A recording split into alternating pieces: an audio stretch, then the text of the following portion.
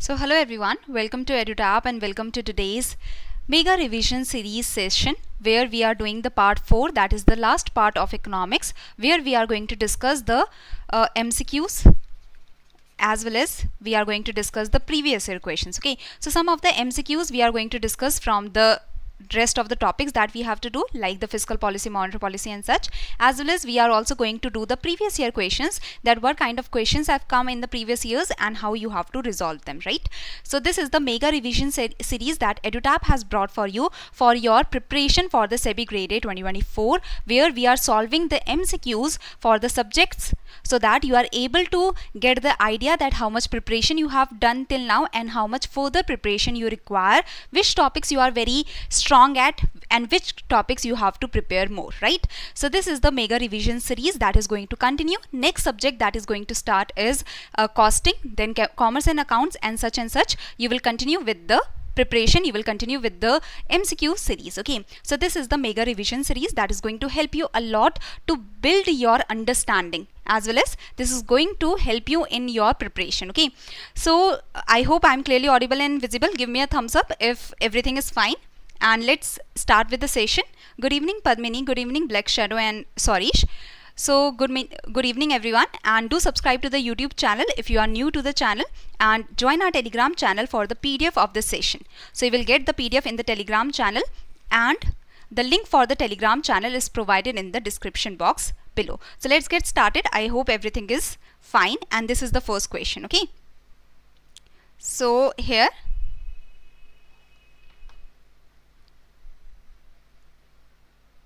audible?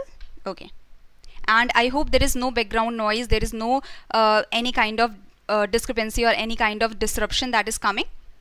So do tell me if any problem is coming. Yes ma'am, everything is fine. Okay, nice. So try to answer this question. So which of the following statements is or are correct in regards to the inflation targeting? That you have to tell me that which of the following statement is correct in regards to the inflation targeting. So first of all, the RBI has to maintain the inflation target as 4% within the range of plus minus 2%. So that is correct. The inflation target is 4%. Plus minus 2% is the range, that is the inflation should not go below 2% and the inflation should not go above 6%. So 6% is the upper tolerance limit and the 2% is the lower tolerance limit. Okay, so the range of the inflation targeting is determined by the Government of India in consultation with the Reserve Bank of India. So this is also correct. It is the Government of India that sets the inflation target, that sets the range of the inflation target. The inflation target is determined every 5 years. So after every 5 years there is the determination of the inflation target that happens. Okay, so the third statement is actually wrong, and 1 and 2 are the correct statements. That's why 1 and 2 is the answer here. So C is the answer. I hope every one of you is aware that what is inflation target.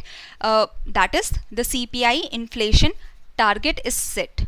Inflation target is set by the Government of India, that the Reserve Bank of India has to follow, and the Reserve Bank of India has to maintain this inflation target in our country. In our country the inflation target is 4%, that the CPI inflation, the consumer price index inflation, that is the inflation affecting the consumers, that should be around 4%, plus minus 2%. This is the range, that the inflation should not be below 2% and the inflation should not be above 6%. So this is the range of 2% to 6%, but the inflation should be around 4%.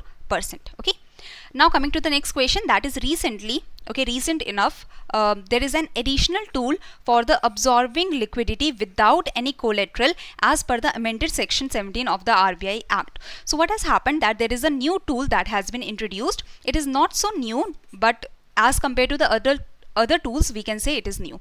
So on April 2022 there was a new tool that was introduced, that was the standing deposit facility. This is the facility through which the Reserve Bank of India can take the deposits from the banks. So from the banks the deposits can be taken by the Reserve Bank of India, and the Reserve Bank of India has no collateral, like has not to provide the collateral. The RBI do not have to provide any collateral to the banks. So banks can deposit, they can park their extra money with the Reserve Bank of India, and Reserve Bank of India does not have to provide any collateral to the banks. RBI will provide the standing deposit facility rate to the banks. That is like a interest rate if we are depositing our money with the banks.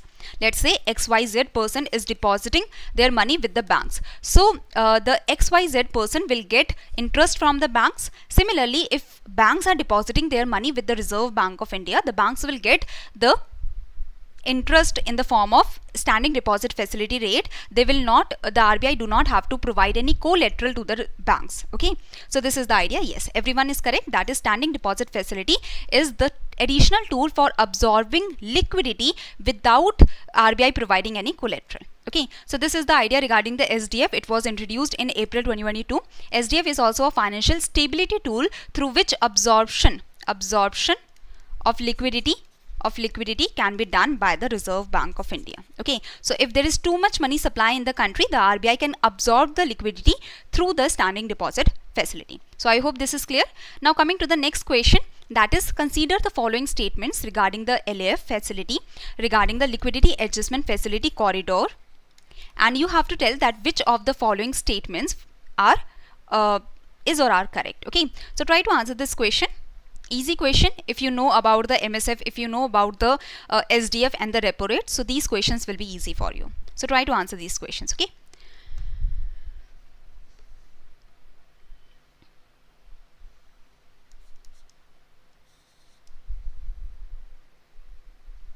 see, repo operation, repo rate, we can say this is the rate at which the banks can take the borrowings from the Reserve Bank of India. Okay, so banks are taking the loans from the Reserve Bank of India at the repo rate, and the banks have to provide the collateral to the Reserve Bank of India in the form of government securities. Okay, so this is the repo operation, that the banks are able to take loans from the Reserve Bank of India.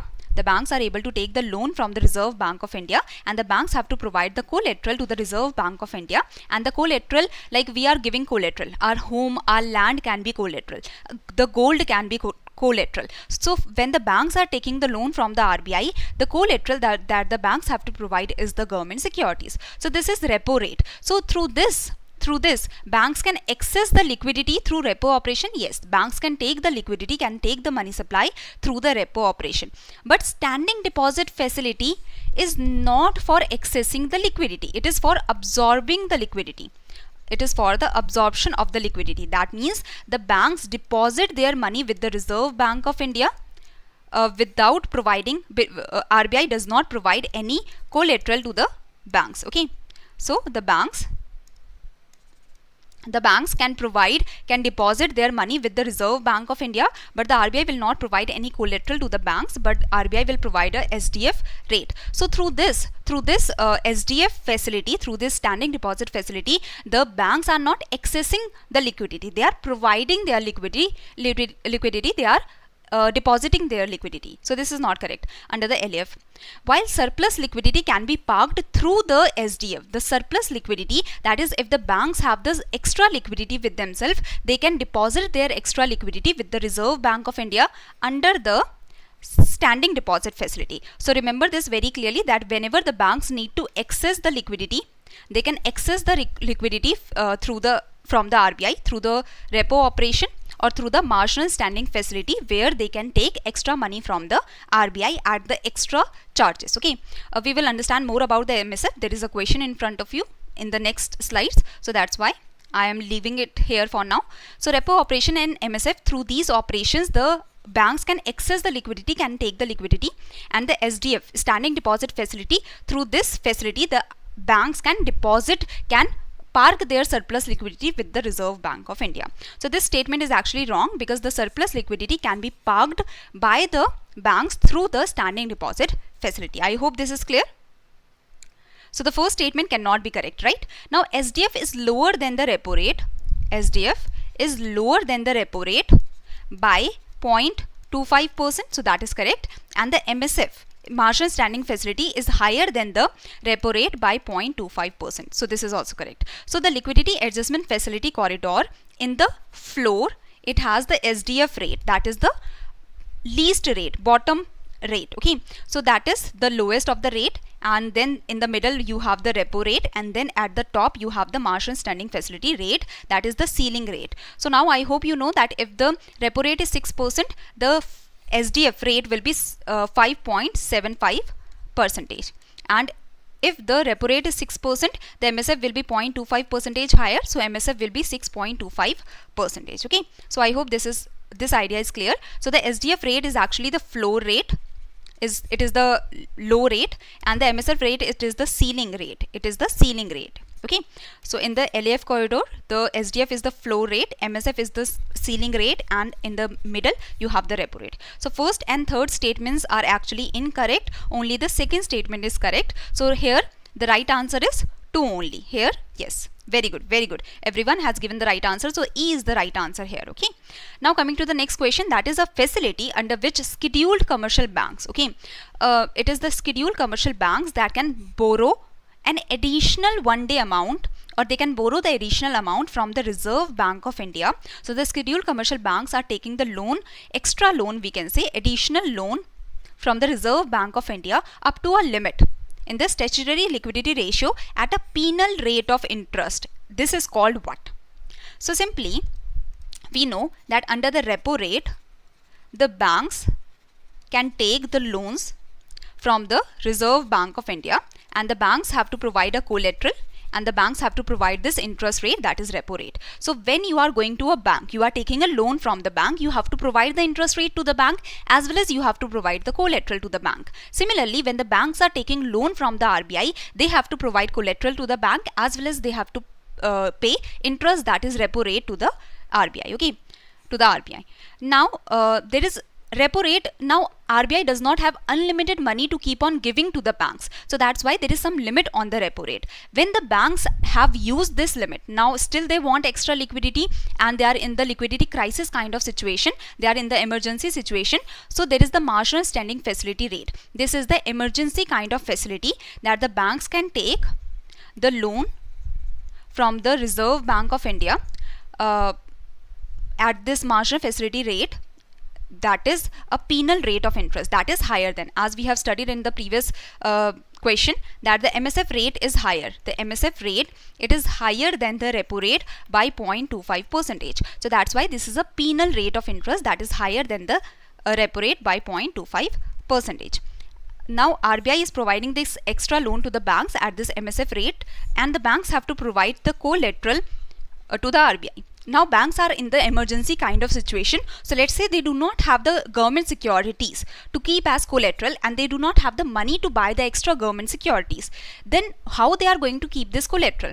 So there is a facility, that is statutory liquidity rate. Okay, so under the statutory liquidity rate, this is a percentage of the net demand and time liabilities, that is the demand deposits and time deposits of the bank.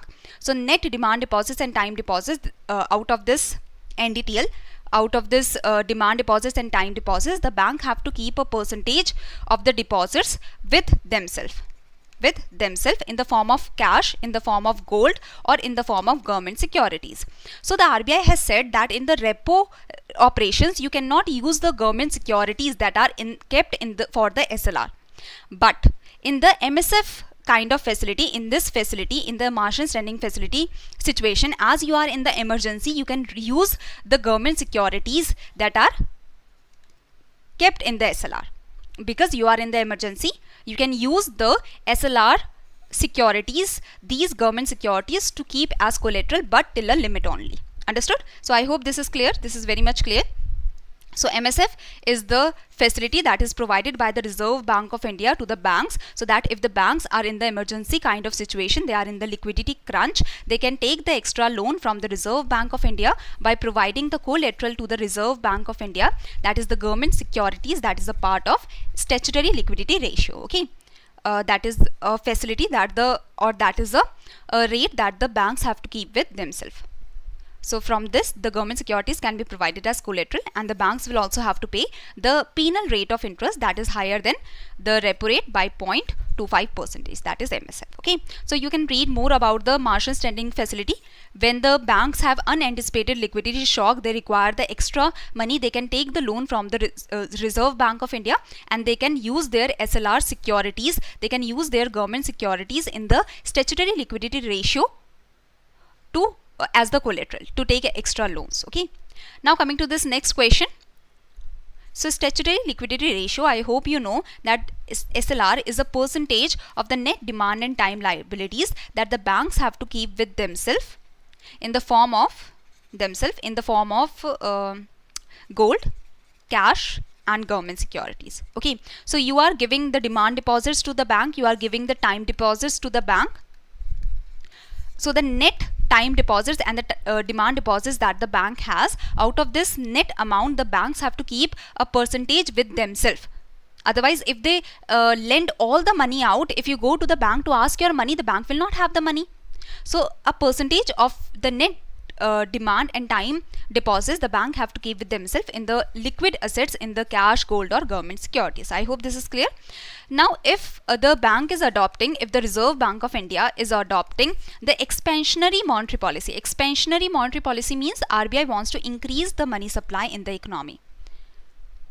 Okay, the RBI wants to increase the money supply in the economy, and when the money supply is increasing, you know that if this is the money supply, this is the demand for money, this is the rate of interest, and this is the quantity of money, we can say.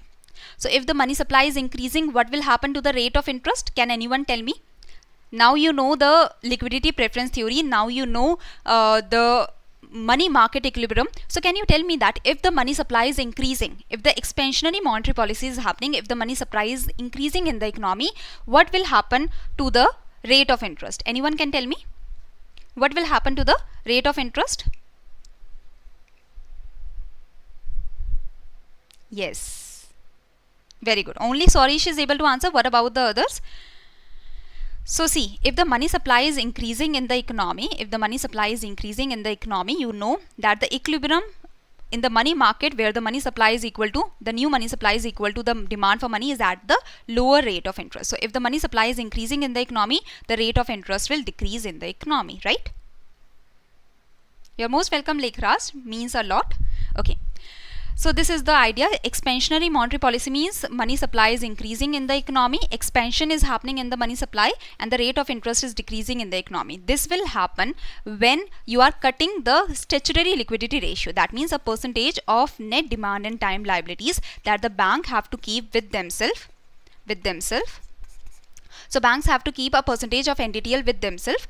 Now if you are decreasing this percentage, it was 20%, now it is 10%, let's say, or it was 20%, now it is 15%.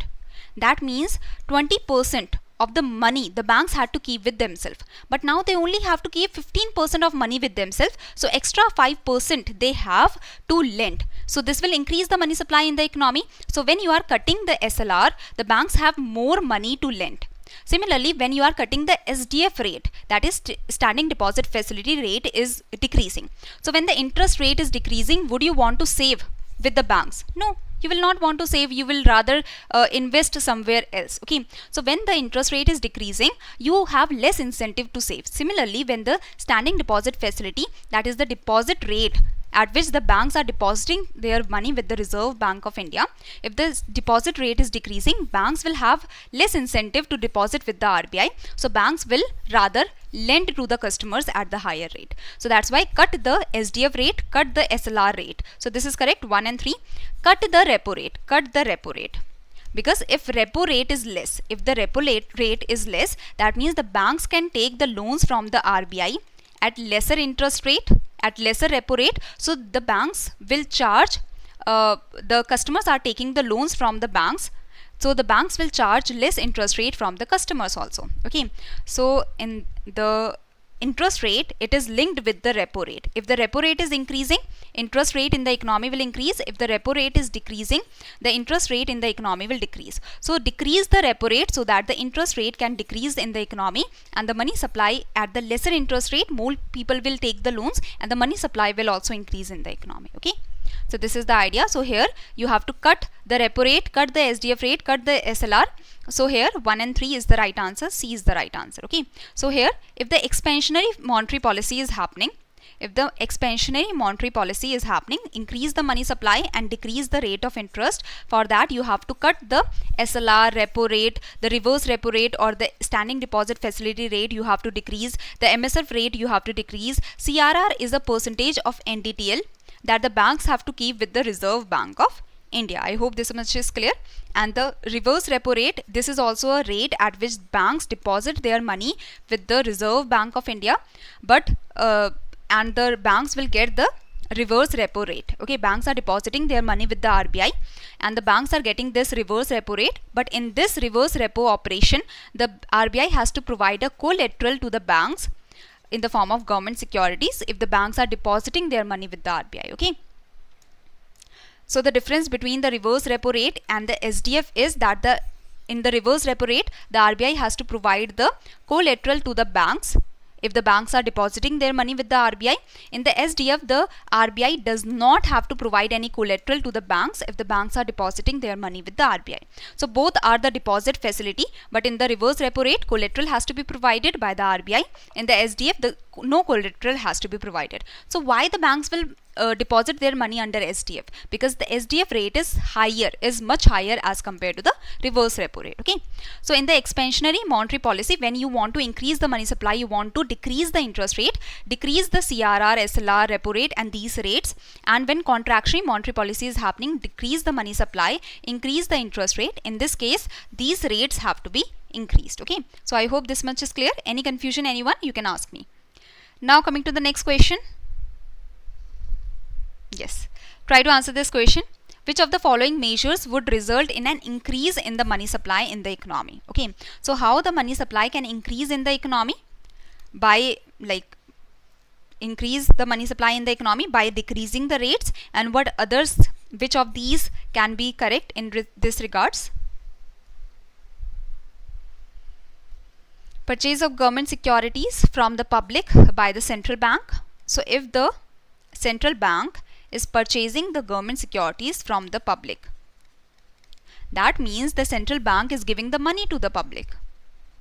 Let's say I am buying your mobile phone from you, so that means I will give you money. Similarly, central bank is buying government securities from you, that means central bank is providing you money. So this happens under the open market operations, where the RBI can purchase the government securities from the public, that is banks usually, and the RBI provides the money to the banks. Okay, borrowing by the government from the central bank. So if the central bank is lending to the government, okay, that is government is borrowing from the central bank, from the Reserve Bank of India. So government is not borrowing to fill its coffers, right? Government is borrowing to spend. Government requires the money to spend. So government is borrowing from the RBI to spend. So this will also increase the money supply in the economy. Sale of government securities, if RBI is selling, so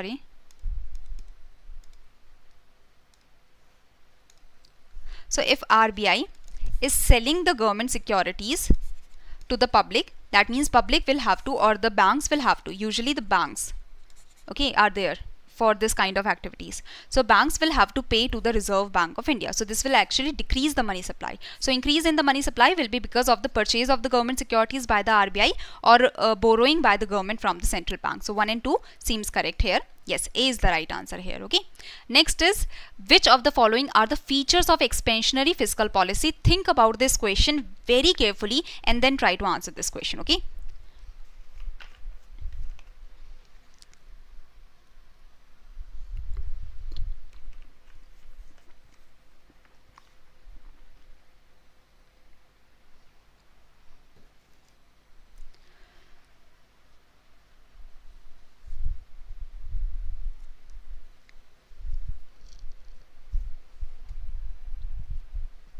Anyone who is able to answer this question?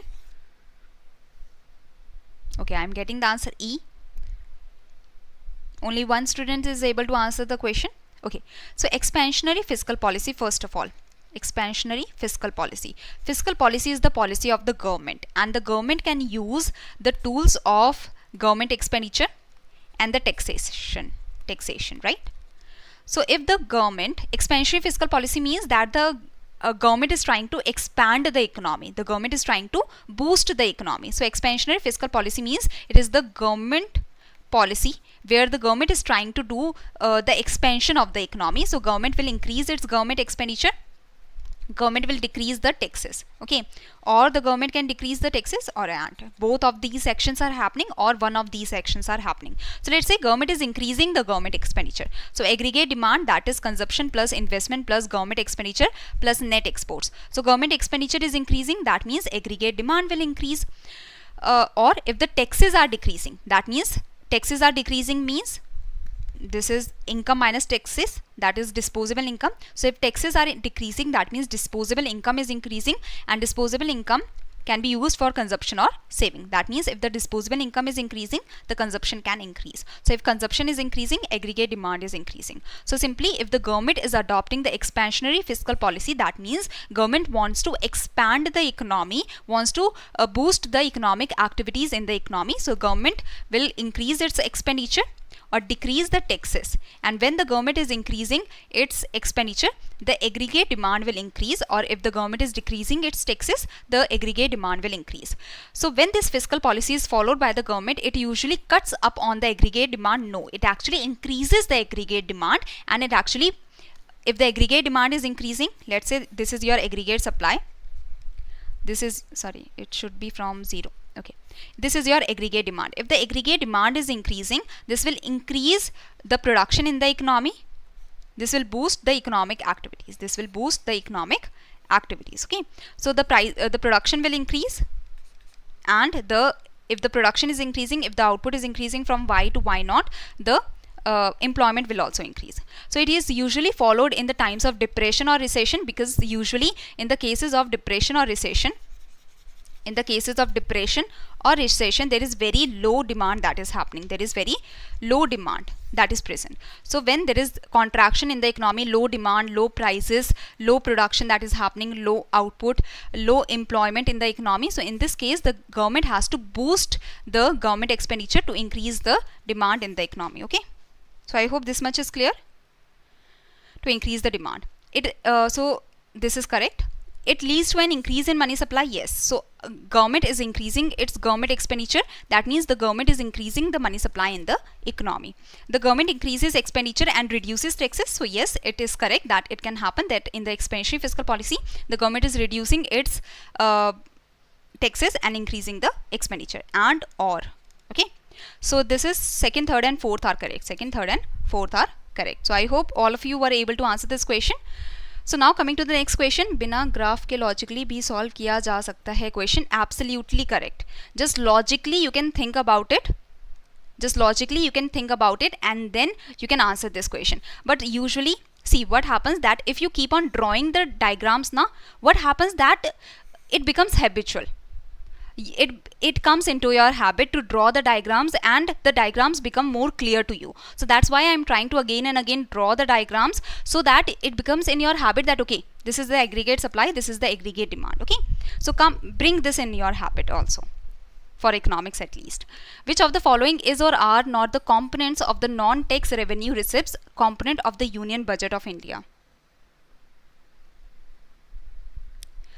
See, expansionary monetary policy, increase in money supply. Expansionary fiscal policy, the government is increasing its government expenditure, so that is also increasing the money supply in the economy. Okay, so it's not compulsory that yes, expansionary monetary policy should increase the money supply, decreasing the interest rate. In the expansionary fiscal policy, the money supply can increase, but the interest rate might not be affected. Okay, in this question, in the ISLM model also we have seen, this is the IS curve, this is the LM curve. If the expansionary fiscal policy is happening, IS curve will shift rightwards, and this is, you can see, it is also increasing the interest rate in the economy. Okay, so a policy has different effects that you can understand. Okay, yes. So now fiscal policy is the policy of the government. So the government releases the budget. In the government budget, there is the receipts of the government, and the expenditure of the government. So receipts of the government is of two types, that is revenue receipts and the capital receipts. Okay, revenue receipts are the receipts that are of recurring nature, and the revenue receipts are divided into two parts, that is tax receipts, we can say, the direct tax that the government is taking, the indirect tax, the GST that the government is taking, we can say, the non-tax revenue receipts. So these are the revenue receipts that the government is taking on the regular basis, and they are the dividend or profits from the public sector units. So ONGC, GAIL, LIC, they are owned by the government of India. To like the maximum of the portion is owned by the government of India.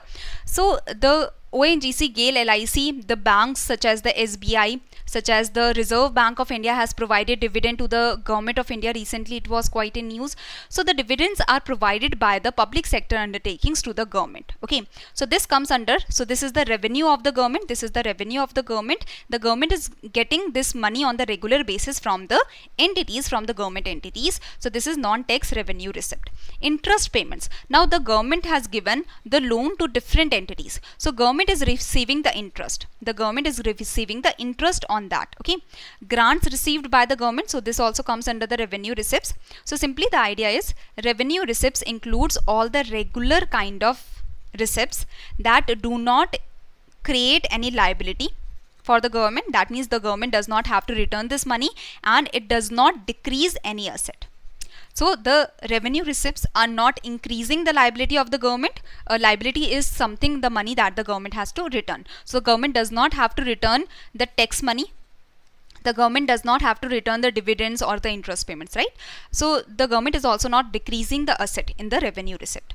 So loans received by the government, so this is increasing the liability of the government. So this is increasing the liability of the government, so it cannot come under the revenue receipts, because revenue receipts are the receipts that are not creating any liability, that are not decreasing any asset. So loans are creating the liability because the government will have to return this money. So this does not come under the revenue receipts. Fees and fines of the government does not have to return this money. So this is not liability. The government asset is also not reducing. So this is not asset also, reduction in asset. So this comes under the revenue receipts, and this is not tax. So this is non-tax revenue receipts. I hope this much is clear.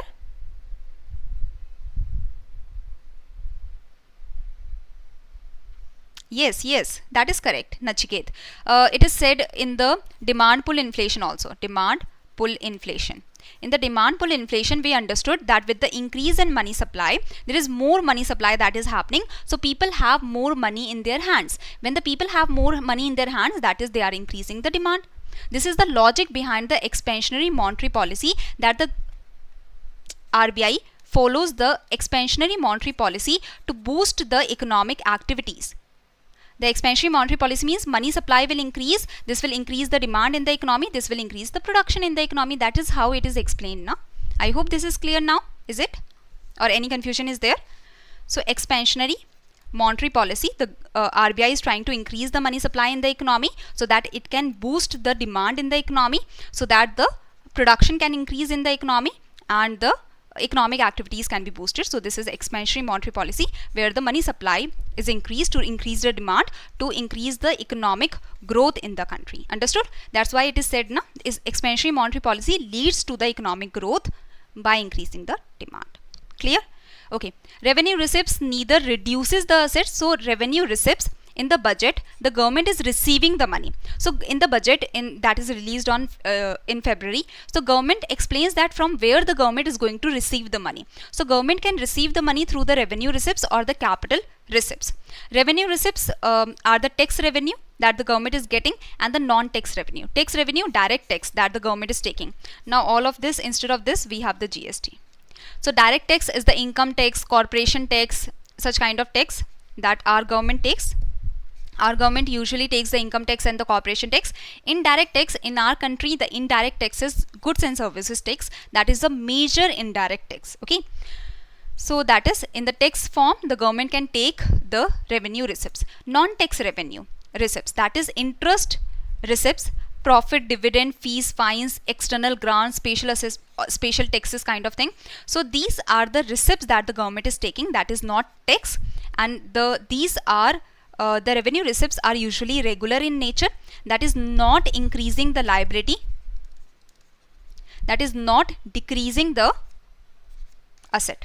So always remember that the revenue receipts are not increasing the liability, they are not decreasing the asset. The government is not selling its land, its property, its investments or something. The government is getting this money from the tax that the government do not have to return. If the government is taking the tax and the government is not doing anything, you cannot claim anything. Okay. And if let's say I am paying tax of 1 lakh rupees, it's not like that I can say that government should return my money, or I need something that is worth 1 lakh from the government. We cannot say that, right? So tax revenue is not the liability of the government, it is not the asset of the government, it is not increasing the liability of the government, it is not decreasing the asset of the government, not tax revenue also. Okay. Capital receipts, they actually receipts, the government is receiving the money, that is capital receipts. Under the capital receipts, the government is receiving the money by decreasing the asset. The government is selling the shares in LIC, the government is selling its share in ONGC, government is selling its share in, let's say, any other government entity. So that is government is selling its asset or part of the asset. Or the government can increase the liability. So government is receiving the money by increasing the liability by taking the loans. Okay. Or the recovery of loans. Recovery of loans means that the government has given the loans to the state government. Now the government is taking its loan back, its money back. That means government has reduced its asset because the government, central government, gave the loan to the state government. Let's say you have given me loan, I am giving you regular interest payments. So this loan that you are giving me, it is asset for you, because you are getting regular interest payments on this. So central government is giving loan to the state governments and the central government is getting regular interest on this loan. But let's say that the central government is saying that, okay, now we are recovering the loan. So the interest will not, like, you are reducing your asset, now you will not get this regular payment that you can get. So capital receipts include the recovery of loans, disinvestment, that is reducing the asset, borrowings, that is increasing the liability, and the provident funds. So you are paying 50, like some 10% of your salary in the provident fund, government is also adding the same or higher maybe, and this is constituting the provident fund. So you are actually, this 10% that is being deducted from your salary, that is a liability for the government that the government has to return after a few years. Okay, so this also comes under capital receipt. So now try to answer this question. I hope you have got the clarity about the different kind of receipts, and now you will be able to answer this question very clearly.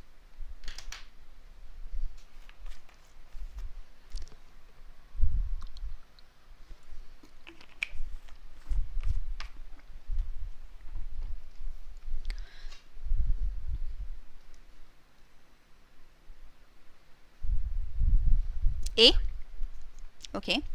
So revenue receipts, which of the following statements are correct in regards to the capital and revenue receipts? Revenue receipts typically yield short-term impacts, that is correct.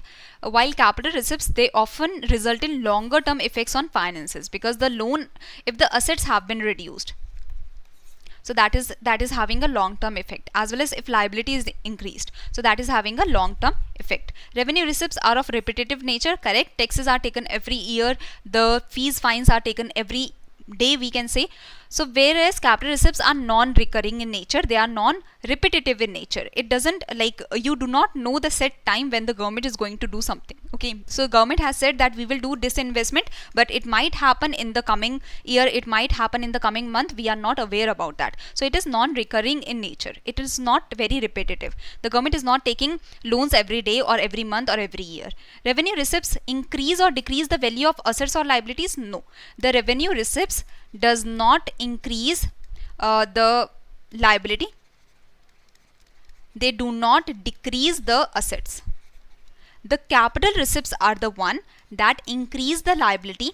In the capital receipts, the government is taking the loans, the government is taking the borrowings or something, or the government is reducing the assets, is selling the assets, through that the government is getting the money. Okay, so this is capital, so this is wrong. One and second statements are correct, third is wrong. So that's why the answer is A here. Now coming to the next question, that is balance budget, surplus budget and deficit budget, where which kind of budget is required or will be used, that you have to tell me. So try to answer this question. Schedule of this class. So at 6:30 p.m. daily we are having the sessions.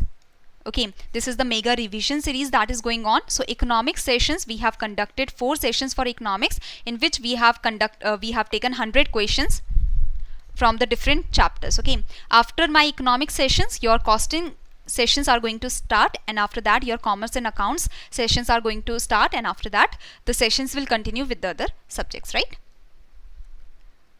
Okay, A, 1 and 2. How many of you have got the answer A? Like B. Okay, so the answer that I am getting is B, 2 and 3. Is it correct? So let's see that is it correct. First of all, you have to tell the incorrect statements. Okay, the balanced budget helps generate additional demand and boost the rate of economic growth during the recession. Let's say recession is happening, and the government is focused on that we have to make the government expenditure equal to the government receipts. So will the government will be able to increase the demand in the economy if the government is very much focused on making its expenditure equal to receipts? So government will not be able to increase the demand in the economy. In the balanced budget helps generate additional demand. This is not correct, because in the balanced budget the sole focus of the government is to make its expenditure equal to the receipts. So this is not correct. The balanced budget is not the budget that is used during the recession. During the COVID time was our government focus that our expenditure should be equal to receipts. During the COVID time, the government was focused that we have to spend more and more as compared to our receipts. Okay, so balanced budget cannot be used in this kind of scenario. It is the deficit budget. The deficit budget is actually used. The deficit budget where the expenditure is greater than the receipts. This kind of deficit budget is used during the recession situation where the government has to spend more and more, to get the so that the aggregate demand can increase and the production and the economic activities can increase in the economy. Okay, so deficit budget will not be used in the inflation kind of scenario, because during the if there is very high aggregate demand, there is the inflation that is increasing in the economy. Or let's say there is inflation in the economy and the government is increasing its government expenditure, the aggregate demand is increasing. So this will further increase the inflation. So deficit budget should not be used during the inflation. Okay, so balanced budget should not be used during the recession. Deficit budget should not be used during the inflation. So deficit budget where the expenditure is greater than receipts, this has to be used during the recession or depression kind of situation, because in this case we have to increase the aggregate demand, so the government expenditure should be more. The surplus should be used, the surplus budget should be used where the expenditure is less than the receipts of the government. This kind of budget should be used during the inflation kind of situation where we have to decrease the inflation, so decrease the aggregate demand, that will decrease the prices, decrease the inflation. So surplus budget has to be used during the inflation. So this is wrong. The balanced budget wala scenario is also wrong. A balanced budget is usually in the scenario where the economy is quite stable. Like right now we are moving towards a stable economy. So now the government can think about balanced budget. Okay, but not in the recession. In the recession, deficit budget has to be used. In the inflationary situation, the surplus budget has to be used. So surplus budget does not ensure financial stability at times of economic depression or deflation. So yes, surplus budget cannot be used in the times of recession or depression. So only the second statement is true. Only the second statement is true. This 2 is the right answer, because 1 and 3.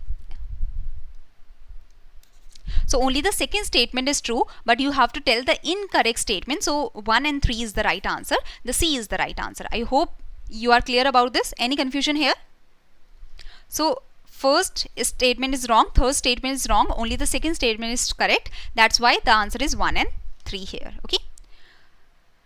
So now, before moving forward with the further questions, the EduTap has the big announcement from you that we have launched the ultimate test series for the phase 1 and phase 2 for the SEBI Grade A 2024, so that you are getting this test series, you are getting 12,000 plus MCQs and the descriptive test for your practice, for understanding the level of your preparation and how much further you have to prepare. Okay, you are getting in this test series, you are getting the chapter wise test, the solved previous year questions, the current affair test, the full length test for the phase 1 and the phase 2. So this is the ultimate test series that we have brought for you for your better preparation, for boosting your level of preparation. You can take this test series, right? And there is the All India mock test that we are launching on 29th and 30th June 2024. This will be open for the days, and you can register for the All India mock test. If you clear the cutoff, you will be saving 75% in the test series phase 1 and phase 2 or the test series phase 2. So if you want to get this test series and you want to get the maximum discount, you can do the you can appear in the All India mock test, where the details are given in the description here, that you will be getting 20 questions, 25 questions. Okay, and you can clear the cutoff, and if you clear the cutoff, you will save 75% if you buy the test series phase 1 or phase 2. Okay, if you want to see the prices, let me show you the, if you go to the edutap.co.in, you can go to the EduTap's website, and here in the courses section, you can go to SEBI Grade A courses, where you can see the courses here, that you have the test series phase 1 plus phase 2 or the phase 2 test series.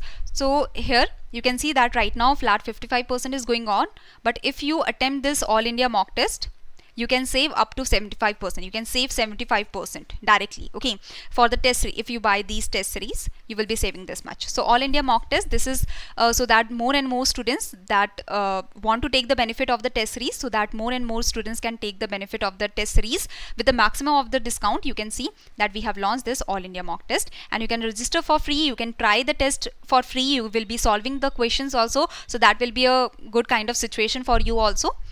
So the test All India mock test will be going on from 29 to 30 June 2024, and you will be getting this test series, okay, with the maximum of the discount if you clear it. Now coming to the next question, which of the following is incorrect in regards to capital expenditure? So we have talked about the receipts of the government, that the receipts are of two kinds, that is the revenue receipts or the capital receipts. Now coming to the expenditure, if the government is receiving the money, the government is spending the money also. So the government is spending the money. Now there is two kinds of expenditure, that is revenue expenditure and the capital expenditure. So now try to answer this, that which of the following is incorrect in regards to the capital expenditure. Okay, so I hope all of you will be able to answer this question. B.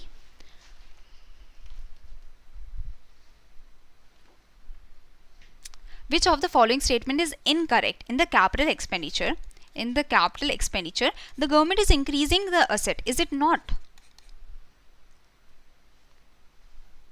Shruti has said D. So think about it. Yes, Anchal has said D. So D is the right answer here. See, capital expenditure means that you are spending on the capital, you are spending on the assets. So yes, assets are acquired or the value of the existing asset is increased. Let's say on the ONGC, there is the capital expenditure that has happened. The new machineries have been bought, that is increasing the profits of the ONGC, or that is increasing the value of ONGC as a company. So that is going to benefit the government anyway. So the capital expenditure, it has long-term effect. It is not exhausted within the current accounting year, and it provides the benefits for many years. Okay, the asset is acquired, so under the capital expenditure, the assets are increased. The capital expenditure is happening. The government is spending to increase the assets of the government, or the government is spending to decrease the liability of the government. To decrease the liability of the government is returning the loans. Okay, so government is increasing the assets, is making the infrastructure, building the infrastructure in the country, building public schools, public hospitals in the country. So that is increasing the assets or decreasing the liability by repaying the loans and such. Okay, so that is the government increases the assets in the country by capital expenditure and decreases the liability in the country. It is irregular in nature because the government is not doing it on every month basis. It can happen on the spontaneous basis, that okay, government is thinking to make a linkage between flyover from Chandigarh to Delhi, let's say. So that will, of course, a sudden decision will be taken and that will be announced. So it is not so much regular, it is irregular in nature. So A, B, C are correct. D is actually incorrect. Okay, D is incorrect because it increases the assets. The capital expenditure increases the asset and decreases the liability of the government. So the revenue expenditure, it is for operating expenses, it is to provide the government is spending the revenue expenditure for paying the salary, for paying the pension, for paying for the subsidies and such. It is not creating any assets are not being created, it is not decreasing any liability. So revenue expenditure does not create any asset, it does not decrease any liability for the government. But the capital expenditure is increasing the asset, it has the name capital, that is asset, decreasing the liability of the government. So this is expenses for one time, that is large purchase is happening of the asset, or it is decreasing the liability of the government. So for this kind of expenditure is capital expenditure. Okay, now try to answer this, that what is the non-debt creating capital receipts. Okay, so try to answer this question.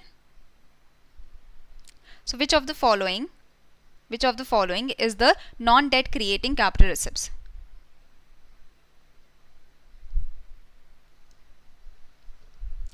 So the capital receipts, the government is receiving the money, okay, by decreasing the asset or by increasing the liability. So if the government is increasing its liability for receiving the money, so that is debt creating capital receipts. Okay, if the government is decreasing its asset for receiving the money, so that is non-debt creating capital receipts. So non-debt creating capital receipts means that the government is decreasing its asset. So recovery of loan, the government has recovered its loan, that means asset has been reduced by the government, as the government will not be receiving interest now. Disinvestment, so the government has done the disinvestment, so government has reduced its asset. So these are non-debt creating capital receipts, they are not creating debt for the government. But loan or the borrowings of the government, this is increasing liability, so this is debt creating capital receipts. So here the answer is 1 and 4, they are the non-debt creating capital receipts. So answer is 1 and 4. Very good. 1 and 4 is the answer, D is the answer. So non-debt creating, debt creating capital receipts means that this is increasing the debt for the government, this is increasing the liability of the government, loans from any institutions or anywhere. Non-debt creating capital receipts means that this is decreasing the asset for the government, this is not creating any liability but decreasing the assets. Loan recovery or disinvestment is in this case. Now try to answer this question, that which of the following is not correct in regards to the fiscal deficit. Fiscal deficit. So if you know the formula of fiscal deficit, very easy to answer, and you have to tell which of the following is not correct. Okay, just seeing the question, just seeing the options, you should be able to answer this question.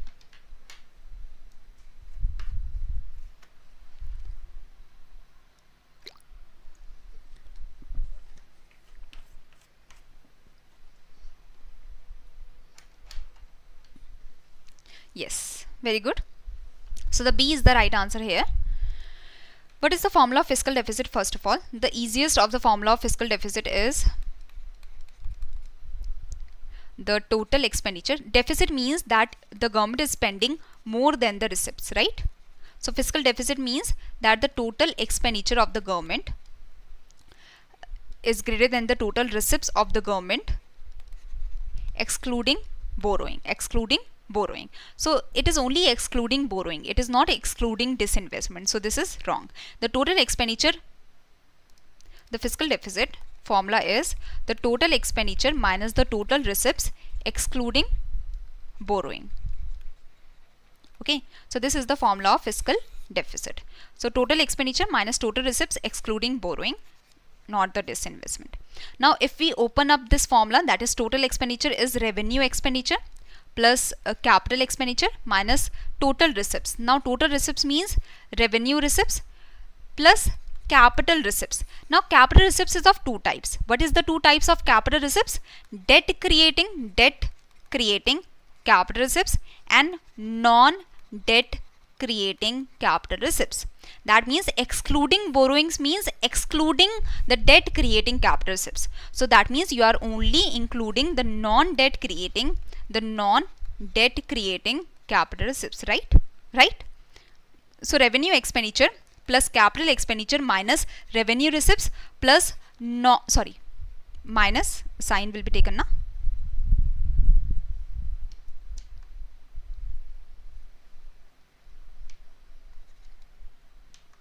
Minus non-debt creating capital receipts. So revenue, so here revenue expenditure plus capital expenditure minus revenue receipts minus non-debt creating capital receipts.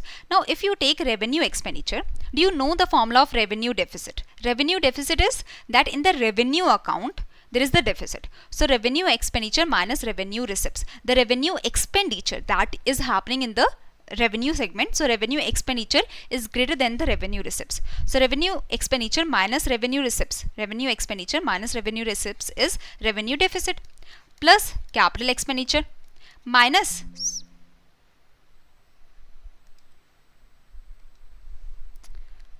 so let's fiscal deficit is equal to total expenditure minus total receipts excluding borrowings. Okay, so total expenditure is revenue expenditure plus capital expenditure minus the total receipts, that is revenue receipts. Now excluding borrowing means that the capital receipts but non-debt creating capital receipts, because you are not including the debt creating capital receipts. Okay, so non-debt creating capital receipts. So revenue expenditure minus revenue receipts is the revenue deficit plus capital expenditure minus non-debt creating capital receipts. So revenue deficit, yes. So fiscal deficit actually includes the revenue deficit plus the capital expenditure minus the non-debt creating capital receipts. So this formula is correct. Now total expenditure minus revenue receipts. So this is total expenditure minus revenue receipts. So here you have taken this in bracket now. So that's why. So total expenditure minus the revenue receipts plus the non-debt creating capital receipts. That is non-debt creating capital receipts are the what? The recovery of loans and the disinvestment. So recovery of loans and the receipts from the disinvestment. So these are the non-debt creating capital receipts. So you can write it as the total expenditure minus like the bracket, the revenue receipts plus the non-debt creating capital receipts. If you are taking it in bracket, so that is non-debt creating capital receipt is the recovery of loan and the receipt from disinvestment. So this formula is also correct, this formula is also correct, this is wrong because total expenditure minus total receipts excluding borrowing, not the disinvestment. Now the fiscal deficit shows the formula is total expenditure minus total receipts excluding borrowing. So that means your expenditure is 200, your receipts are 150. Excluding borrowing. Your total receipts are 150 excluding borrowing. So fiscal deficit is showing that the borrowing requirement is $50 billion, let's say. Okay, if you have the total expenditure of $200 billion, you have the total receipts excluding borrowing $150 billion. That means the borrowing requirement is $50 billion. So the fiscal deficit shows the borrowing requirement for the government, and whenever we say deficit, we are usually meaning fiscal deficit, that is the majorly used deficit in the country. Now the fiscal deficit minus interest payments leads to primary deficit. Understood? Clear? So the formula revenue deficit is the revenue expenditure minus revenue receipts. Capital deficit we can say is the capital expenditure minus capital receipts. The fiscal deficit is the total expenditure minus total receipts excluding borrowings. Okay. Now the primary deficit is the fiscal deficit, this whole minus interest payments. Okay. Now there is effective revenue deficit also. So in the revenue deficit, that is the revenue expenditure minus revenue receipts. In this we have effective revenue deficit. That shows us the revenue deficit minus the grants. See, in the revenue expenditure, there is the grants that come. The grants means that the government is doing the revenue expenditure for salary, for pensions, for the subsidies that the government is doing. The government is also like revenue expenditure also includes the grants, because grants is not the liability, grants will not come back. So grants also comes under the revenue expenditure of the central government. But the grants the government is giving to the state government. Now these grants of 200 crores, of 300 crores can be used by the state governments for the capital creation, for the asset creation. So that should come under capital expenditure. So the government, but the grants are always taken in the revenue expenditure. So the government has said that to come at the effective revenue deficit from the revenue expenditure minus revenue receipts, from this let's say revenue expenditure is 200 crores, the revenue receipts are 150 crores, so revenue deficit is 50 crores. Revenue deficit is 50 crores. From this, we have to deduct the grants for creation of capital assets. Let's say the grants that are used for the capital creation is 5 crores. So the effective revenue deficit is 45 crores. This is actually the effective revenue deficit that is actually going for salaries, pensions and other non-developmentary measures that is considered. Okay. Is it clear? Any confusion in the effective revenue deficit? Now coming to this question, try to answer this question. If there is any confusion in the topic till now, so kindly ask. So NBFCs can accept public deposits for a minimum period of how many months and the maximum up to how many months? B, very easy. So that is the NBFCs can accept public deposits for a time period. That means the NBFCs can only accept time deposits. Time deposits. The NBFCs cannot accept the demand deposits. Demand deposits are like, let's say at 2 a.m. at 2 p.m. I want to buy something and I'm just using my money in the bank account to pay. So those are demand deposits that I can take the money out whenever I want. But the time deposits, they have the maturity period, they have a time period.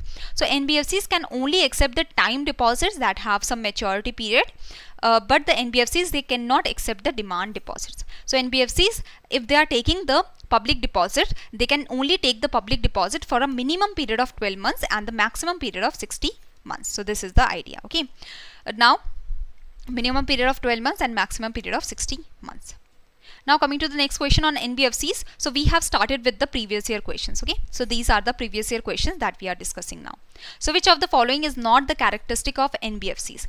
So they cannot accept demand deposits. That is correct. They cannot accept the demand deposits. NBFCs, if they can accept deposit, they can only accept the time deposits. Okay. They need not maintain the CRR and SLR. So CRR is a percentage of NDTL that the banks have to maintain with the Reserve Bank of India in the form of cash. SLR is a percentage of NDTL that the banks have to maintain with themselves in the form of cash, gold or government securities. Now why they have to maintain the CRR and SLR? Why the banks have to maintain the CRR and SLR? So that whenever a depositor is coming to ask the money, the bank has the money, because the bank has taken the demand deposits and we can take out the money whenever we want because the banks have our demand deposits. But the NBFCs are not keeping the demand deposits, so they do not have this kind of requirement of CRR and SLR. Okay. The deposits taken by NBFCs are secured by the DICGC, so this is not true. We will understand why. NBFCs do not form a part of payment and settlement system. This is correct because the NBFCs do not take the demand deposits, so they are not the part of the payment and settlement system because we cannot pay using those accounts. Okay, they cannot issue the checks drawn on itself also. So here the only incorrect statement was, so this was also correct.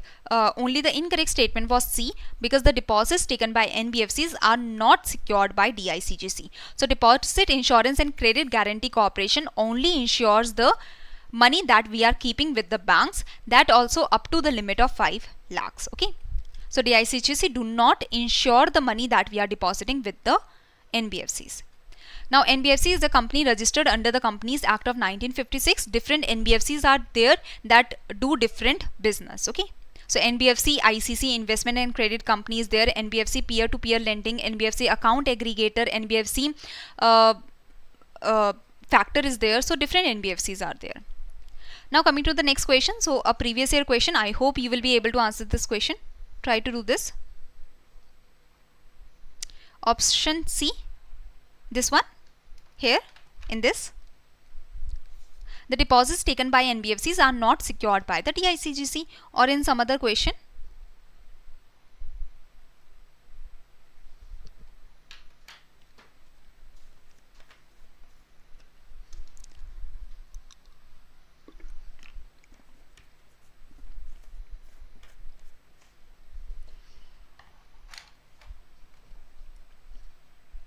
Which one of the following statement with respect to LM curve is not correct? That you have to tell me. Okay. Anyone who is able to answer this question?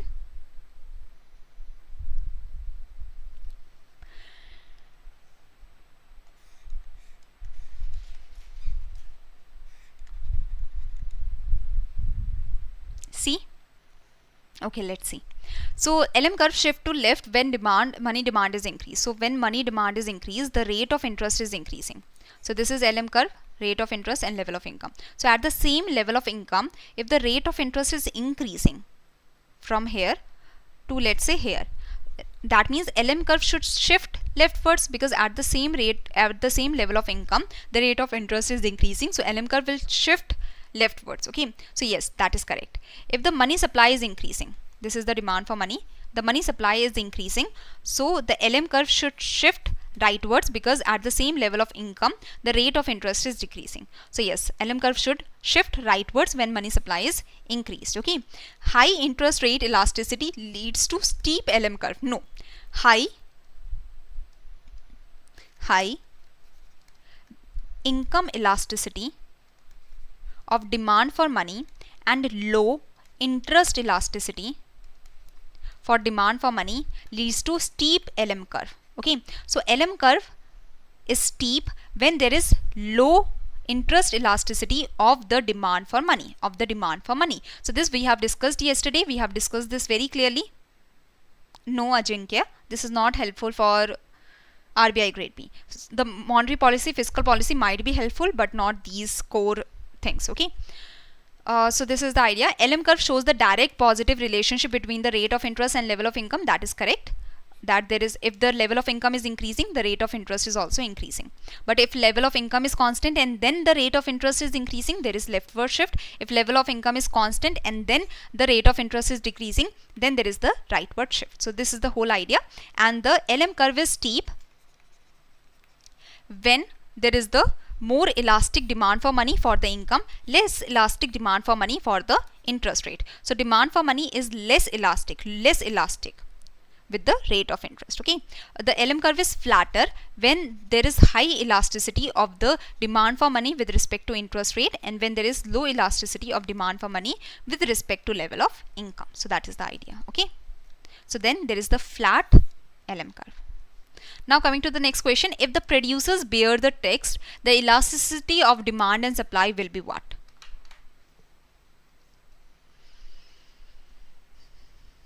If the producers bear the text, what is the elasticity of demand and supply? That you have to tell me. Okay.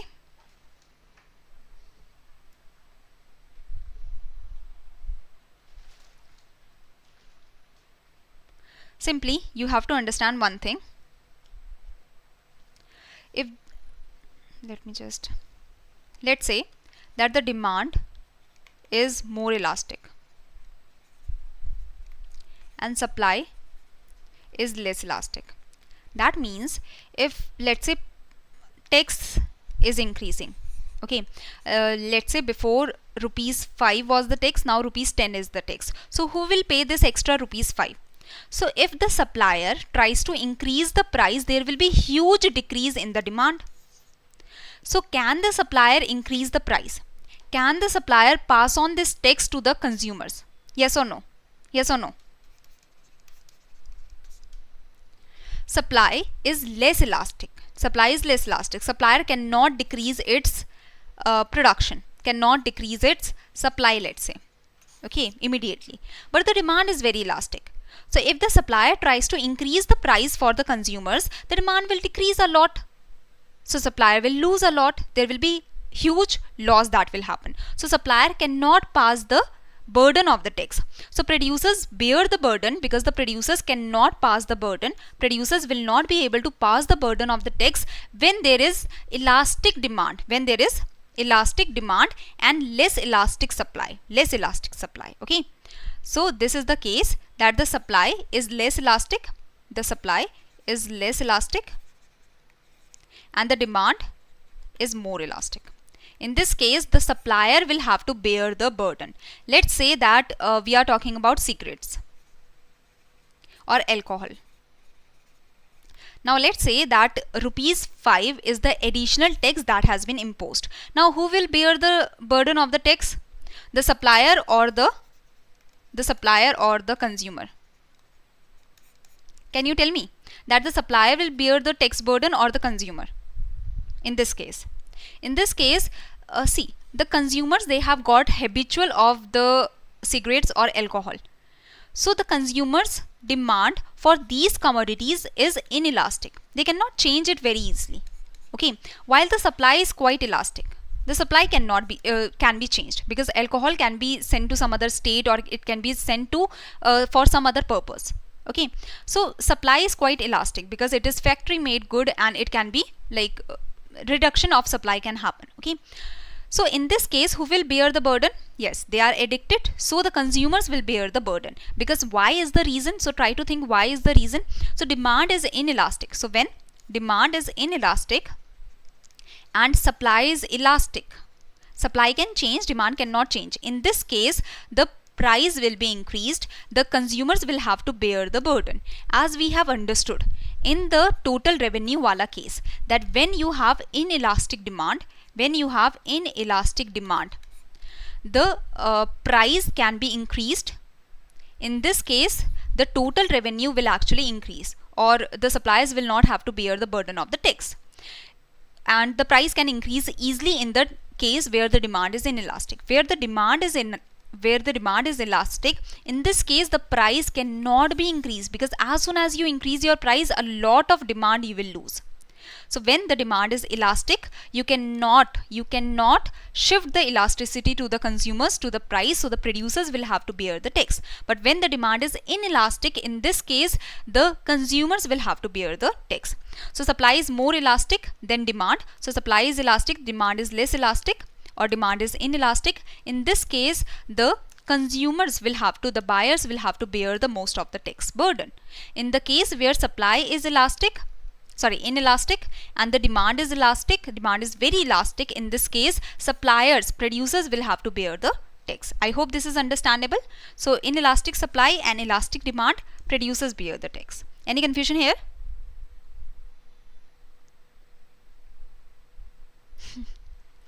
Okay, coming to the next question. If the GDP of America is $5,766 and given the GNP is this, then what is the possible reason? What is the reason for this? So this is a previous year question. It just in 2022 this was asked. So try to answer this.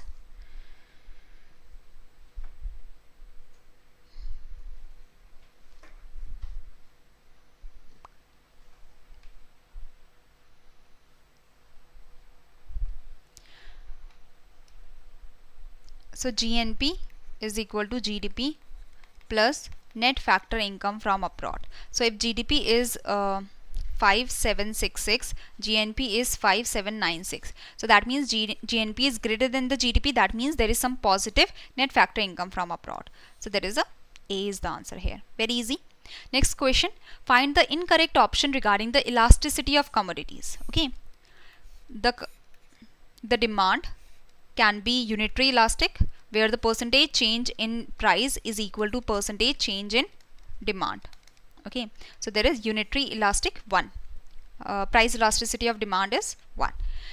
When you have a inelastic demand, that means percentage change in price is more than the percentage change in demand. This is less than 1, because the percentage change in price is more than the percentage change in demand. So this is inelastic demand.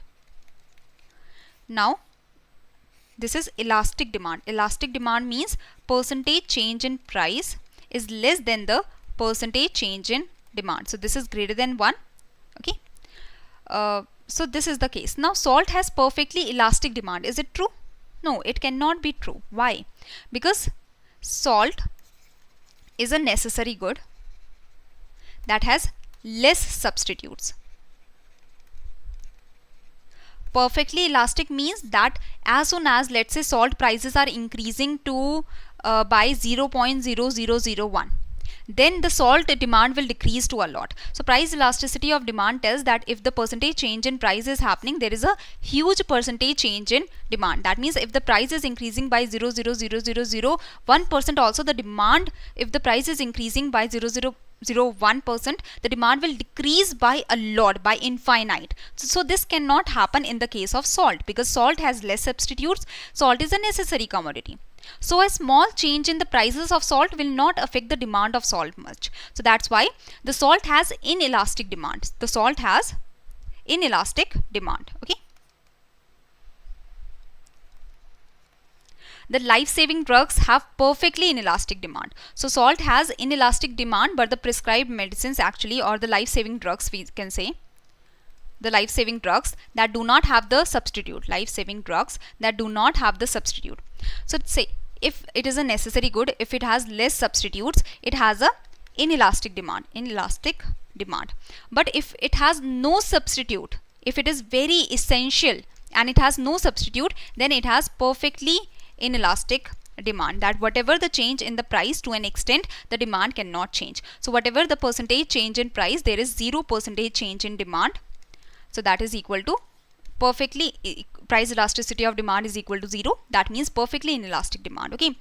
So the salt and the necessary goods that have less substitutes have inelastic demand, that if there is a percentage change in price, the percentage change in demand is very less than 1, greater than 0 but less than 1. Perfectly inelastic demand means that percentage change in price leads to 0% change in demand. So this is perfectly inelastic demand. Okay. Luxury goods have elastic demand. So luxury goods means not necessary, they are not necessary for you, and they have many substitutes. So when you have luxury, like in the case of Gucci, Prada or such kind of brands, so they are the luxury brands that have very high substitutes, more substitutes are there. In this case there is elastic demand. Percentage change in price can change the demand very much, so that is greater than 1. Okay, so a 10% change in price can increase the demand or decrease the demand by 20%, 30%. So that is when you have more substitutes and there is a luxury, it is a luxury kind of situation, then it is a elastic good. Now soap, let's say Lux, we are talking about Lux soap. So this is having elastic demand, inelastic demand, perfectly elastic, perfectly inelastic. Anyone? So this Lux is a soap. It has many substitutes. So the Lux has elastic demand. It has elastic demand. I hope this is clear. That means a percentage change in price, a small increase in price can lead to decrease in demand by a lot. Okay, so luxury goods that have many substitutes have elastic demand, correct. A commodity with many substitutes has elastic demand, correct. So luxury goods as well as a commodity with many substitutes have elastic demand. So only the first statement was incorrect. Yes, very good. Elastic, it is elastic. So Lux has many substitutes. You can substitute it with Santoor or any other soap. Okay, so that is the idea. Now monopoly, that which of the following is not correct with respect to monopoly, that you have to tell me.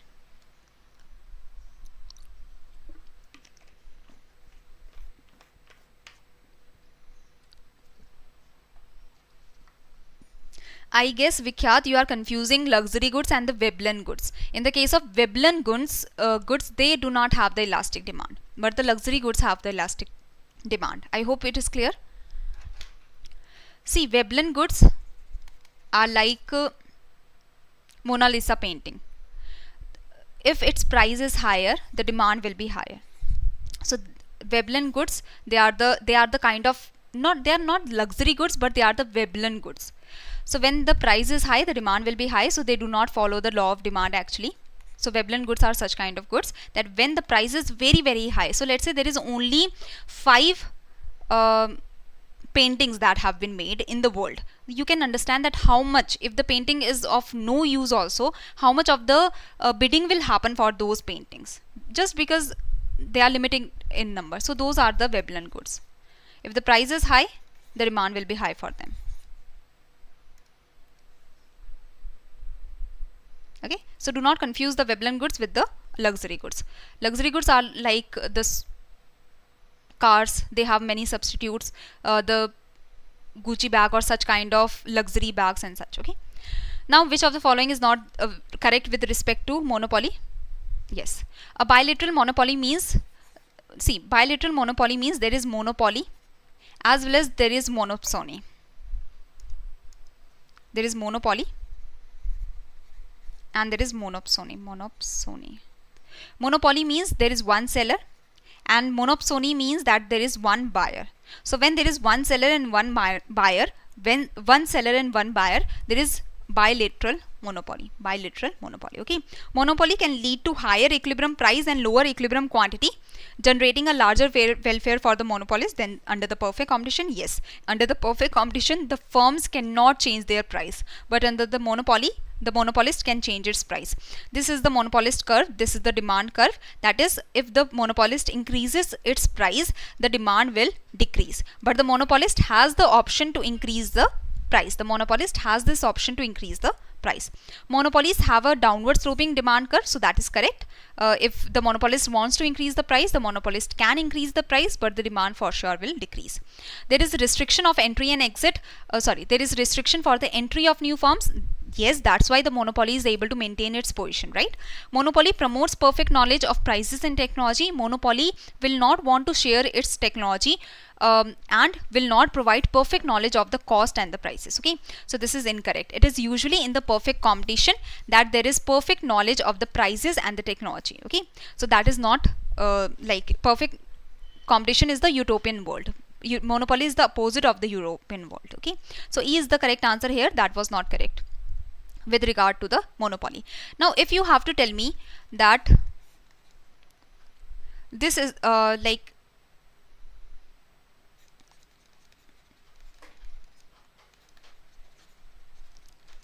monopolistic, in the monopolistic competition you have as compared to monopoly, which of these will have inelastic demand curve and elastic demand curve? Anyone?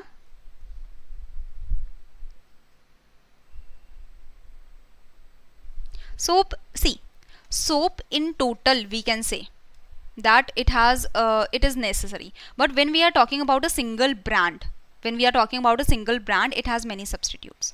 Okay, it has many substitutes. So if they are talking about a particular brand and that has many substitutes, so that will become elastic good. So monopolistic competition, as in the monopolistic competition a firm has many competitions, has many substitutes, so it has elastic. So in the monopolistic competition a firm has elastic demand because it has many substitutes, its goods has many substitutes. So if the Lux wants to increase its price, the demand will fall by a lot. In the monopoly there is no closed substitute, so monopoly will have inelastic demand curve. Understood? Yes. And yes, so this is the idea. Now coming to the next question. Non-plan expenditure constitutes the biggest proportion of the government's total expenditure. Which of the following is not a planned expenditure? Is not a non-planned expenditure. So this is a previous year question. Now many of you people had the query in regards to the plan expenditure and the non-plan expenditure, that how to differentiate between the two. So I have brought the differentiation, I have brought many of the articles to make it clear for you that what is plan expenditure, what is non-plan expenditure. So coming to this, see, first of all, plan expenditure, this is the expenditure incurred on the programs that are detailed in the current 5-year plan. So this is the India budget. This is from the government website that I have taken. So this was the budget of 2001 and 2002, in which it was written that non-plan expenditure is a generic term which is used to cover all the expenditure that the government is doing that is not included in the 5-year plan. So if any of the expenditure that the government is doing that is not included in the 5-year plan, that will be said to be non-plan expenditure. Now Economic Times, this is the article that I have taken from the Economic Times. So Economic Times says that non-plan expenditure is obligatory in nature. In the 5-year plans, we want to do the development of the country, we want to do the development of agriculture or the infrastructure or the, let's say, industries or the human capital. But what about the interest payments that the country has to pay? What about the pension, the statutory transfers that the government has to give, the grants that the government has to give, the debt servicing that the government has to give, the defense expenditure and the subsidies that the government has to give? So all of these will come under the non-plan expenditure. So if it is mentioned in the 5-year plan, It is a plan expenditure. If it is not mentioned in the 5-year plan, it is non-plan expenditure. So interest payments, debt servicing, you are returning the debt, that is non-plan expenditure. Defense expenditure, subsidies that you are giving, pensions that you are giving, these kind of expenditures are non-plan expenditure. You can read more about it, okay? But this is the basic idea. So here, the plan expenditure is anything that is mentioned in the 5-year plan. So in the first 5-year plan, agriculture was mentioned. In the second 5-year plan, the industry PC Melbourne's plan that was. So industrialization was the main focus. So this is the idea. Non-plan expenditure, this is the expenditure that is happening that is other than those mentioned in the current 5-year plan. Okay, so non-plan expenditure is the interest payments, the debt servicing, the defense, the subsidies, the grants that are given, pension, police assistance that is given, different. Okay, now it can be like the salary, pension, subsidies, grants, they all come under the revenue expenditure. But the capital expenditure, such as the assets, machineries are being bought in the defense area, so that is capital expenditure. So in the non-plan expenditure, even the capital expenditure can come. Okay, so it was like the before in the previous, like 2001, 2002, and in such time period, there was bifurcation of the plan and non-plan expenditure. Then this stopped because this was very confusing, and in 2012 there was the 2015 around this time period, the planning commission stopped working and the plans stopped happening. The 5-year plan stopped. 5-year plans stopped. Then there came the Niti Aayog, right?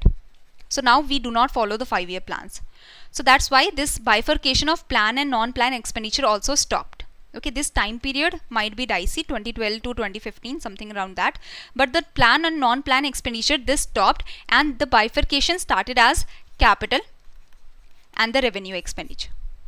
I hope this is getting clear, that the plan expenditure means whatever is mentioned in the 5-year plans, non-plan expenditure not mentioned in the 5-year plans. Now 5-year plans stopped happening after the 12th 5-year plan.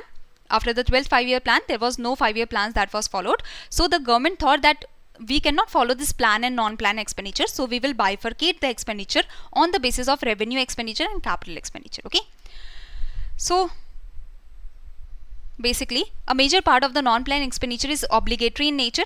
So the debt servicing, the defense expenditure, interest payments, subsidies, these are all the non-plan expenditure. Expenditure on electricity generation. So electricity generation was considered very important at that time, and this was one of the main industries that were being promoted in the 5-year plans. So this expenditure on the electricity generation, this is part of the 5-year plans. So that's why this is planned expenditure and not the non-plan expenditure. Okay, so I hope this is clear. Coming to this question, try to answer this question.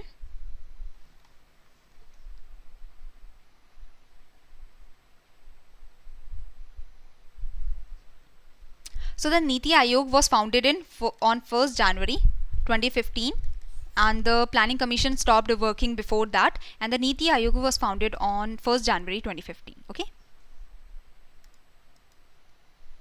and the 5-year plan stopped after the 12th 5-year plan.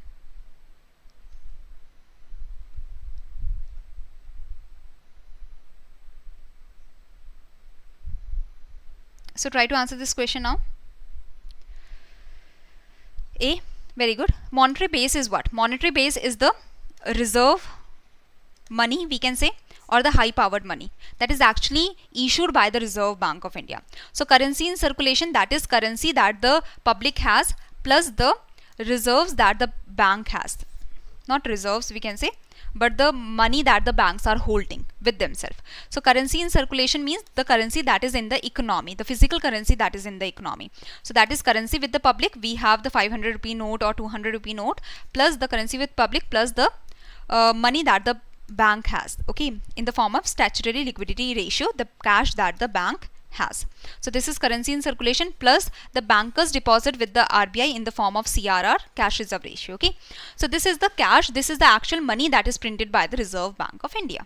Okay, and remember that the currency in circulation includes the currency with the public and the currency that is held with the banks. Okay, now this is monetary base that you can read about it. M0 is currency in circulation, bankers deposit with the RBI and the other deposit with the RBI. Now coming to the next question, the national income or the NNP at FC, very easy. This was a previous year question and such kind of questions can come.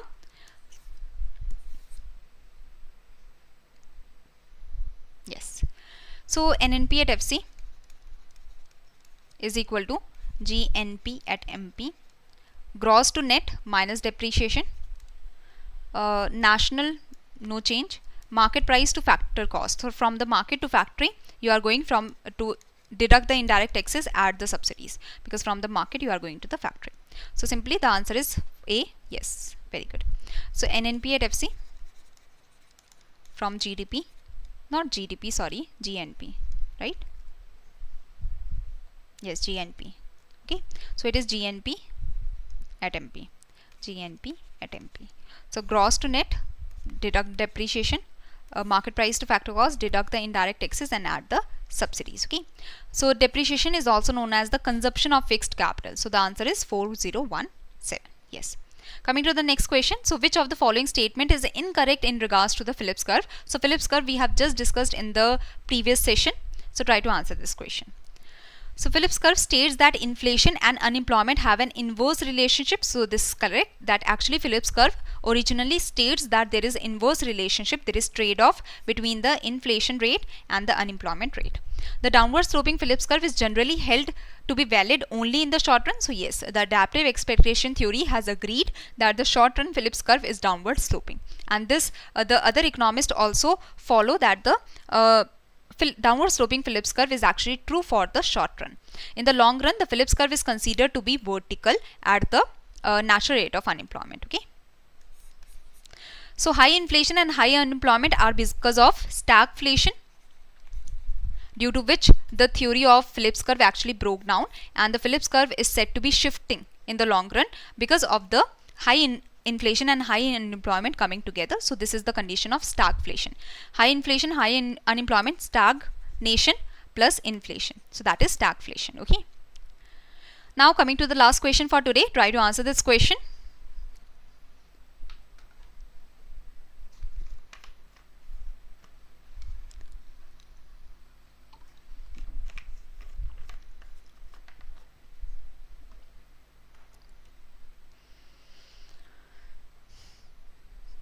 So now you have to tell me that which of the following statements is incorrect in regards to the monopolistic competition. Okay, so monopolistic competition in which there are many sellers, there are many buyers. The monopolistic competition, the producers are producing differentiated products. There are many soap firms, right? Lux, Santoor, Himalaya and such. So they are producing differentiated products. They are trying to produce the differentiated products. So they have large number of buyers and sellers. There is free entry and exit that is present. That is correct. Product differentiation, they are selling the differentiated products. The firms bear selling cost. That means they are doing the advertisement cost because they have the differentiated products. How do we know that Lux is different from Dettol? Dettol is different from Himalaya, or Himalaya is different from Dove? Dove is doing the advertisements that it is very milky, it is very soft, it is very soft to the skin, right? Dettol is doing the advertisement that it cleans the germs. So this is the imaginary kind of differentiation that is also created in our minds. Okay, so I hope this is clear that they bear the selling cost also. Monopolistic competition has less elastic demand than perfect competition. Is it true? Yes, all of you have given the answer E. So see, perfect competition has for the firms, the perfect competition has this demand curve, that is perfectly elastic demand curve, okay. So in the perfect competition, the firms have perfectly elastic demand curve. In the monopolistic competition, the firms have elastic demand curve, okay. That because in the perfect competition, the firms have perfect substitutes. Like let's say I am selling fish, you are also selling the same fish, the other person is also selling the same fish from the same pond. So there is no difference. So perfect substitutes. So perfectly elastic demand curve. In the perfect competition, the firms have perfect substitutes. In the perfect competition, there are perfect substitutes. So the firms have perfectly elastic demand curve, that is horizontal demand curve. In the monopolistic competition, there is the product differentiation, that is being created, but there are close substitutes, very close substitutes. So elastic demand curve. In the monopoly, they have inelastic demand curve, because the monopoly does not have the close substitutes. They do, like the railways is the monopoly. The government has the monopoly in the railways. So it does not have close substitutes. It can be substituted with the airways or with the roadways, but it does not have the close substitute. That is, in the railways there is no close substitute. Okay, so railways has inelastic demand curve because there is no close substitute, understood? So remember that the monopolistic competition has less elastic demand curve as compared to the perfect competition. So the most elastic or perfectly elastic demand curve is in the perfect competition. Then the monopolistic competition has elastic demand curve that is less elastic than perfect competition, but the least elastic demand curve is in the monopoly. In the monopoly you have the inelastic demand curve. Okay, so if you have to compare, the monopoly has the least elastic demand curve, then the monopolistic, then the perfect competition. Okay, perfect competition has perfectly elastic demand curve. Now there is no excess capacity in the long run with normal profits. So as we have discussed that in the monopolistic competition,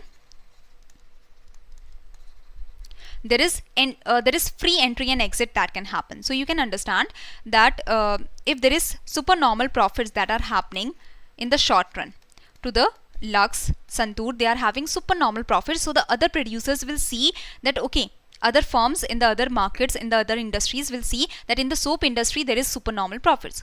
Now there is free entry and exit in the monopolistic competition. So other firms will start entering the market to earn the supernormal profits. As the other firms are entering the market, entering the soap industry, the production will increase, the supply will increase. So the prices will start decreasing and the profits will decrease. So in the long run, there will be only normal profits that will be attained. Similarly, let's say if the monopolistic competition, in the monopolistic competition, the firms are having the losses in the short run. So there is freedom to entry or exit the market. So if you are having the losses for a time period, the firms will start exiting the market. As the firms are exiting the market, exiting the soap industry, less firms will be left, less supply will be happening, higher prices. Less supply means less supply, so higher prices, so higher profits. So from the losses you will reach to the profit situation. So in the monopolistic competition, because of the free entry and exit, there is only normal profits that can be achieved in the long run. So long run equilibrium is always at the normal profit, where the average revenue, normal profit means average revenue is equal to average cost, or the total revenue is equal to total cost. Okay, now here you will say that, okay, normal profits are achieved in the long run, but the normal profits are achieved at this point. The normal profits are achieved at this point.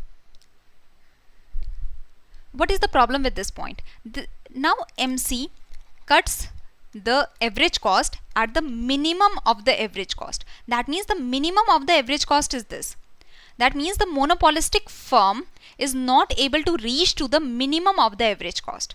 So that means you still have you still have the capacity to produce more, because you can reach to the minimum of the average cost. You can produce the per unit of the production you can do at the minimum of the average cost. But the firm, if the firm produces more than this, there will be losses, or there will be less profits, because there will be higher production that will happen. So prices will start decreasing. So that should not happen also.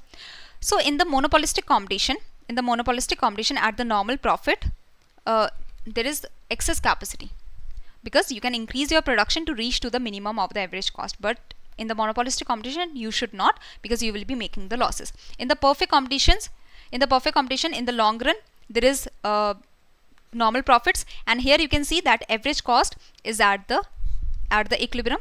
Average revenue is equal to March revenue.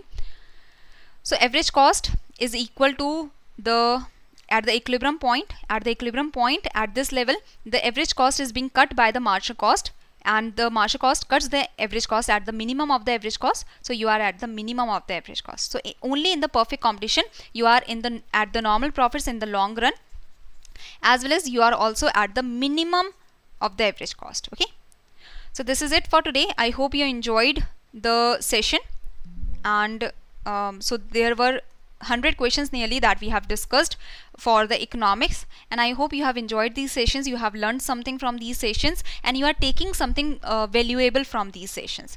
Okay, so now costing sessions will be continued, and then commerce and accounts sessions will be continued. So I hope you enjoyed these sessions a lot. Okay, so these sessions were for your benefit. If there is any confusion in any of the topics, you can ask me right now, as well as I will also want to show you that if you want to know about SEBI Grade A, if you have any confusion regarding SEBI Grade A, so in the free material you can go to the blog section, and if you want to know about the SEBI Grade A examination, you can go to the exam information, you can go to the SEBI Grade A section, and regarding the SEBI Grade A, you can get the different information, any information that you want can be provided to you through the blogs, or you can also drop a mail at hello@edutap.co.in if you have any confusion. Okay, so if you want to know about the strategy for the SEBI Grade A, or if you want to know that how the people have achieved their dream of becoming the SEBI Grade A officer, you can know the success stories. The blogs have been prepared for you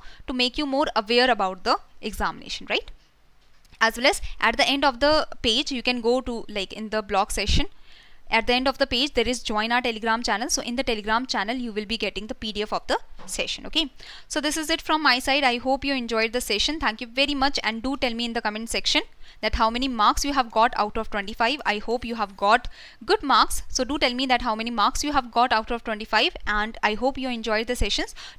So do tell me in the comment section below. Okay, if you have any query also, you can ask in the comment section, and do tell me that if you like the sessions, you can comment down below, and do tell me your marks also. Okay, so thank you very much. Thank you for your involvement in the session, and do tell me in the comment section that if you like the sessions. So thank you so much everyone for joining the sessions, for interacting with me, because these sessions could be only good if there is the continuous interaction that happens, right? So thank you very much for joining, and it was really wonderful for me. So I hope you also like the sessions. So thank you everyone.